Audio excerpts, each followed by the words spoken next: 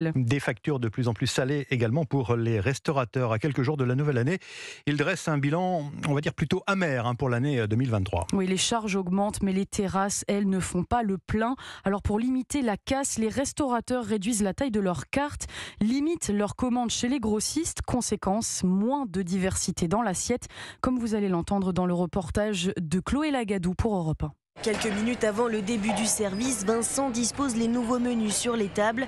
Une carte revisitée pour faire face à la hausse des prix. On a enlevé 2 références qu'on ne pouvait plus continuer à faire parce que trop cher. On faisait avant un risotto de Saint-Jacques. On l'a enlevé, on a remplacé au début par un risotto de Gambas. Et là maintenant on l'a complètement enlevé parce que tout ce qui est produit de la mer c'est quand même plus cher. Donc on fait un risotto champignons, bacon, ça revient moins cher. Mais pour faire de réelles économies, pas le choix, Vincent réduit ses commandes de matières premières. C'est vrai que par rapport à l'année dernière, on a 10% de moins en commande. On essaie de ne pas augmenter les prix de la carte pour pas pénaliser les gens qui viennent manger chez nous. Donc forcément, on revoit un peu les quantités qu'on achète. Malgré tout, les clients se font rares. À 100 mètres de là, dans la brasserie de Sébastien, en salle ou en terrasse, les chaises restent vides. L'affluence est moins régulière que ce que c'était le cas avant. Maintenant, le dimanche, on est fermé.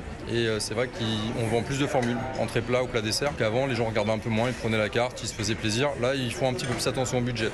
Ils limitent le café. On entend souvent maintenant ah bah non, mais on prendra le café au bureau. Seul espoir pour ces restaurateurs, remonter la pente grâce aux Jeux Olympiques l'année prochaine. Chloé Lagadou pour Europe 1.